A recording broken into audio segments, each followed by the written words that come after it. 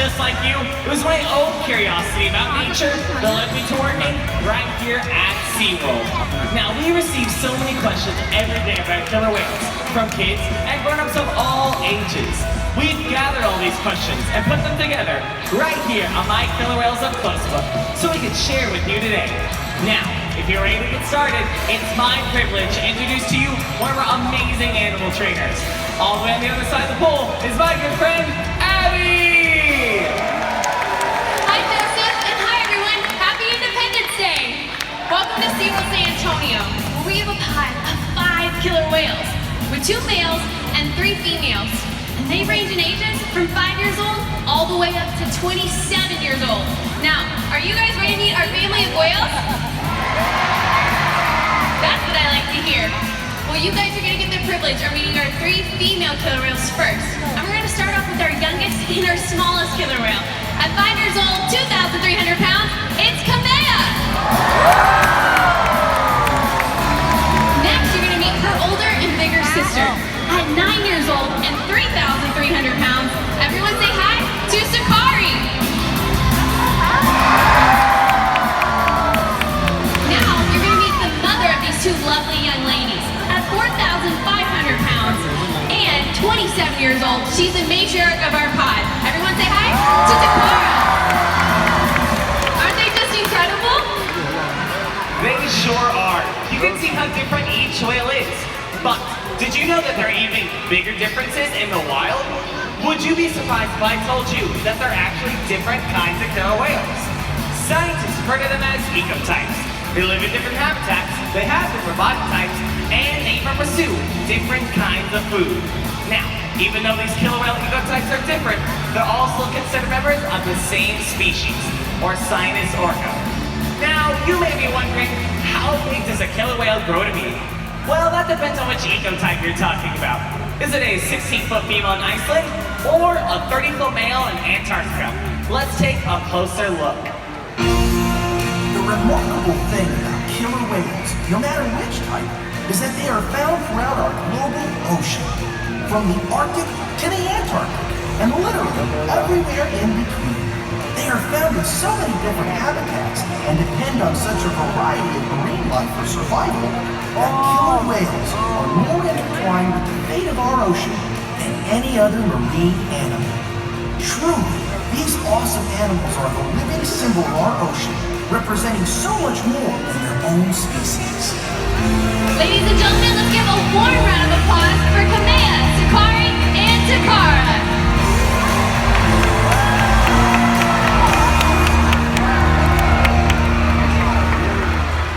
Aren't they incredible? Okay, let's see what other questions we have. Here we go.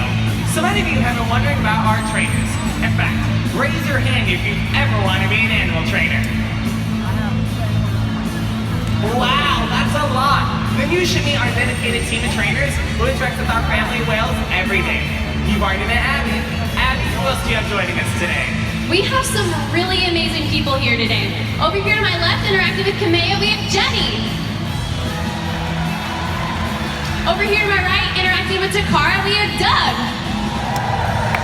And over back towards the screens, interacting with Sakari, we have Julie. Our trainers are so passionate about what they do here every day.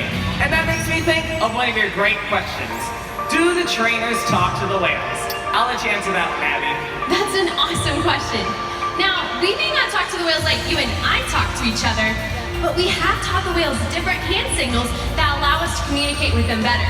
For example, if we were to bend at the waist, such as the trainers are demonstrating, the whales move their heads in an up and down motion. Now this next one, I need everybody's help with. We're gonna raise our left hand high in the air. Let me see everybody's hands. And you'll notice the whales mimic their trainers by raising their pectoral flipper. And if we wave hello, the whales wave right back. This ongoing communication is such an important part of our daily relationship with these whales.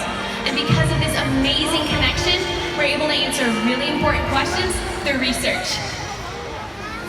Here at SeaWorld, we have a unique opportunity to conduct research about killer whales, asking important questions that can only be answered in a setting like this. All of the killer whales at all 3 SeaWorld parks are participating in a body condition study. During this study, we took multiple measurements of our healthy, well-fed killer whales for researchers to use as a baseline. Scientists and researchers can use this data to determine the health of killer whale pods and our oceans. This is extremely useful, especially with endangered populations, such as the southern resident killer whales. So much of what we learn here is being used to help killer whales in the wild. Of course, there are other questions that can only be explored by studying whales in the ocean. By exploring questions both at SeaWorld and in the wild, our combined research gives all of us a better understanding of killer whales and the places they live. Now that's what I call working together. Research flowing in both directions, from our park to the wild and back again. That way, everyone benefits. Whoa, that's a lot of questions. And believe it or not, we get them every day. We sure do, and we love your questions. To answer some of those, the whales communicate using a variety of different sounds. Let's take a listen in.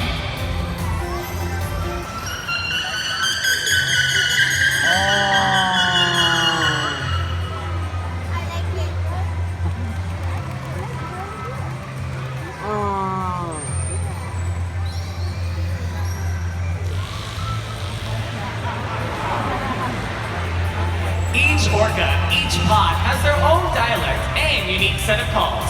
Other ways the orcas can communicate with each other is through body language, as demonstrated by these behaviors at the sides of the pool.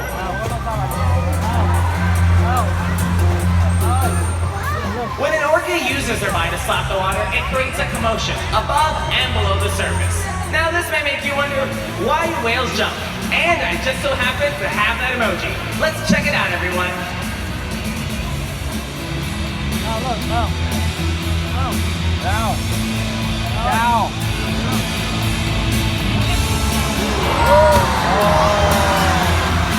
A jump like that is called a breach. It creates a sound at the top of the water, which can be used to show their excitement, display a little bit of power,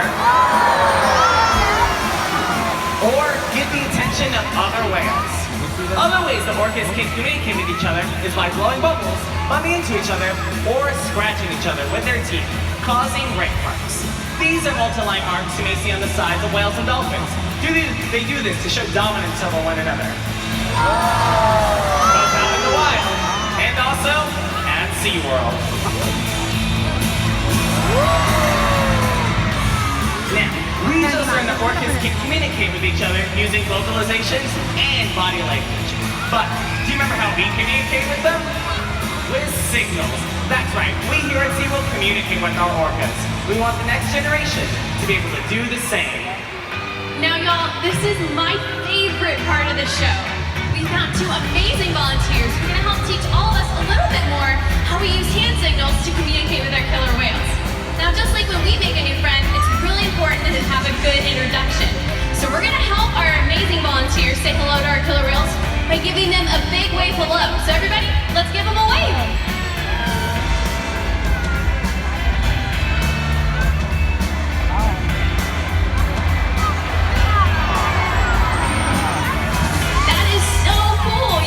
Communicating with Kamea and Sakara. Now, we talked about mimicry behaviors, where the trainers do one thing and the whales copy us in their own special way. So our volunteers are going to spin in a circle and we'll see what the whales do.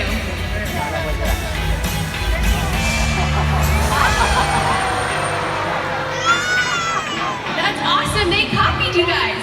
Now this next behavior may or may not be my favorite here, and I need everybody's help. We're going to stick our hands straight out in front of us, palms facing up, and then on the count of 3, we're gonna toss them over our shoulder.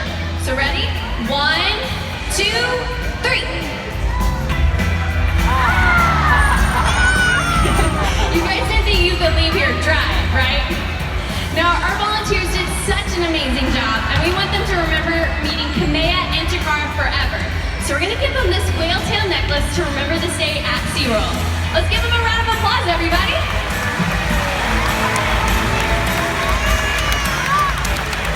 Great job, you guys. Looks like we got some future animal trainers on our hands. You know, being able to interact with these animals face to face is an amazing experience you will never forget. If you're interested in getting even closer to our orcas, or any animals here at SeaWorld, please ask an ambassador today about our up-close tours and camps. Now, let's change gears as we talk about a very important subject.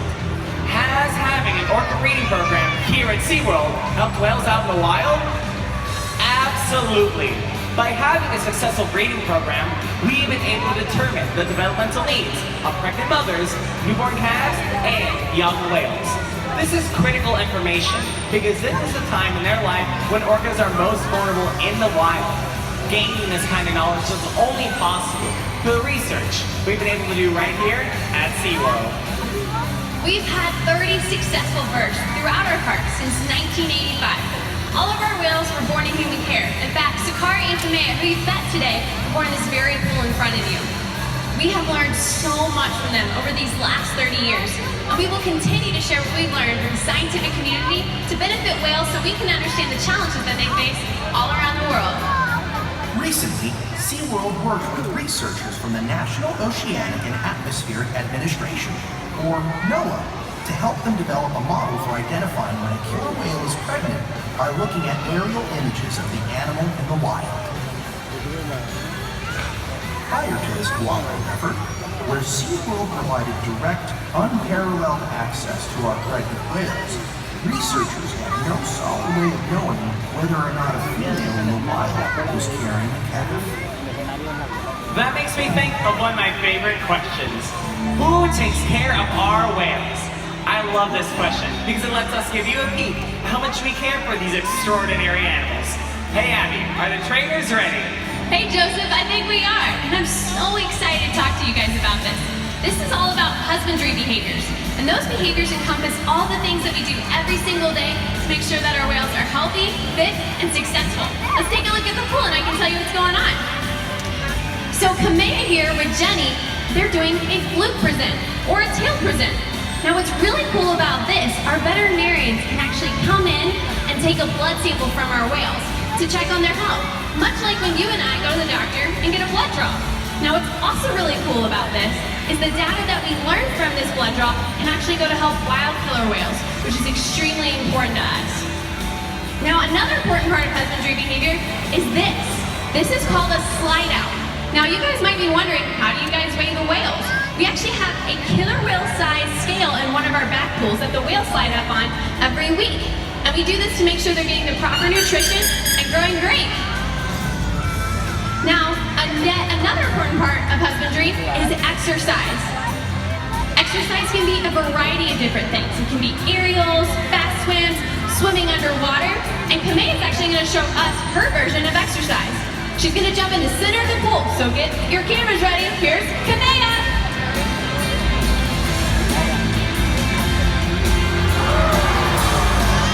Now these kind of behaviors you can see both in the wild and here at SeaWorld. Now Takara's got her own behavior. Wow, that was impressive. Now just like us, exercise is important to make sure that they're staying healthy and growing great.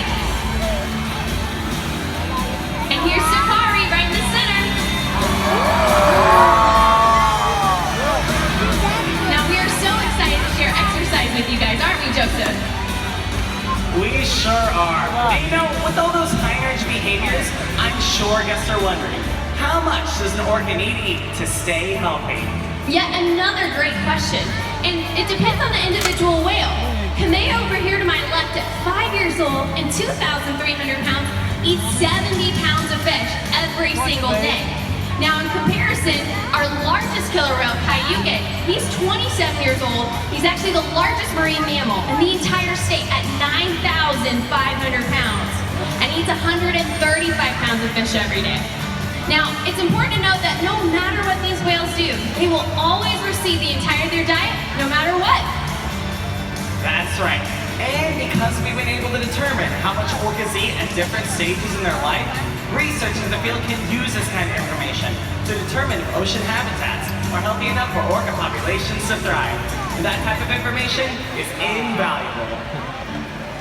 Now, food, exercise, and physical examinations from our veterinarians aren't all that our whales need. Each whale's well-being is so very important to us.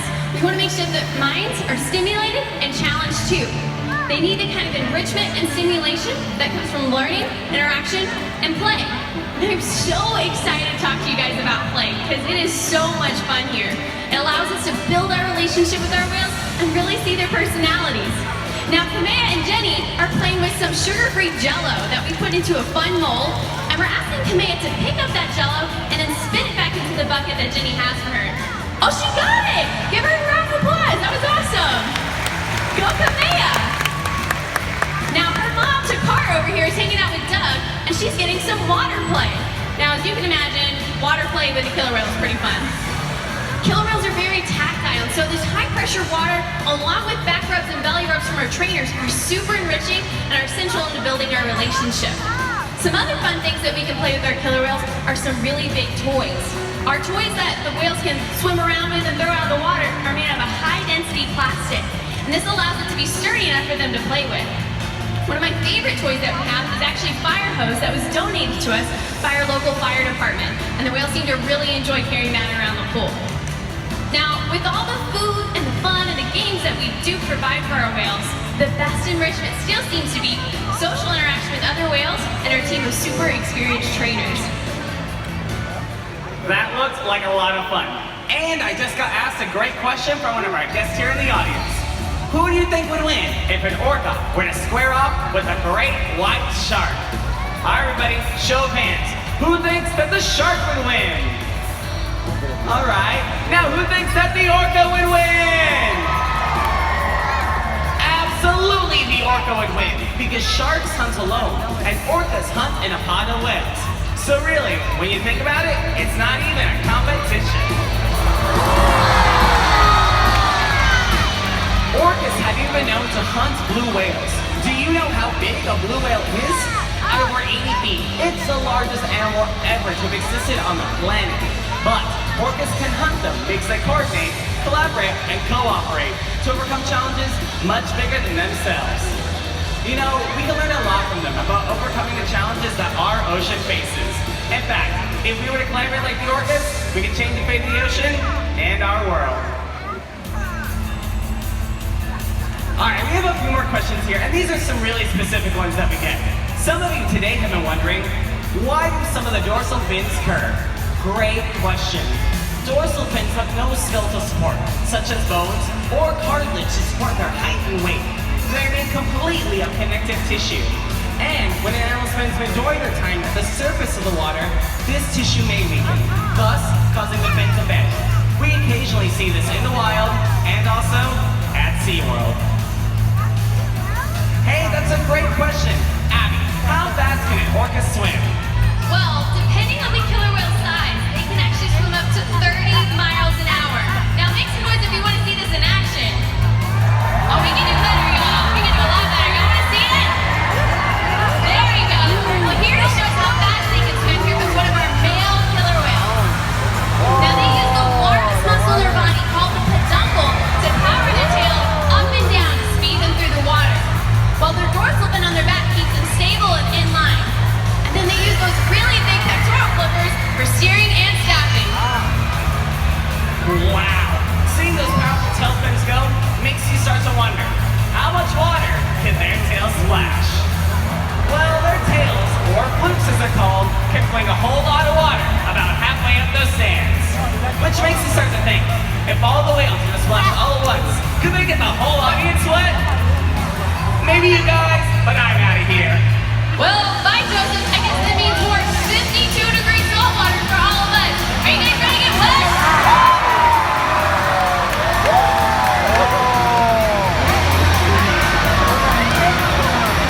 Now, I've heard the louder you are, the harder they splash. So let's make some noise, San Antonio.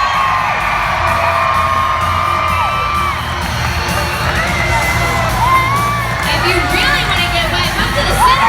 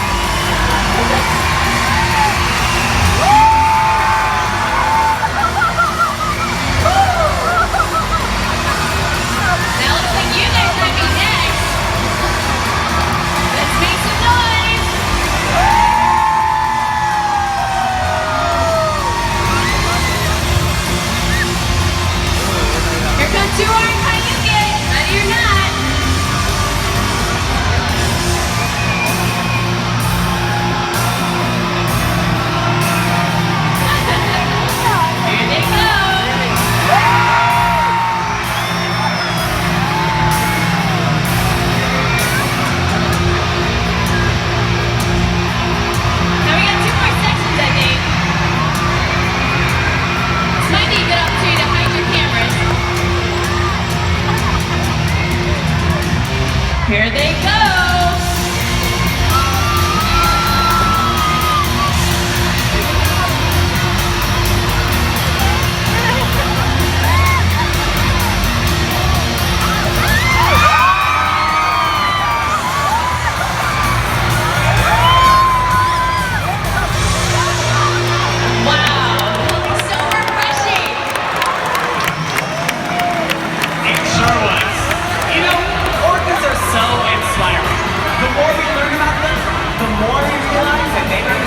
So much more than just themselves.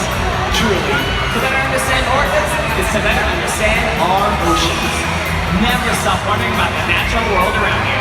Be sure to visit SeaWorldSanAntonio.com for your free download of the Killer Whales Up Close book so you can share with your family and friends. From all of us and all the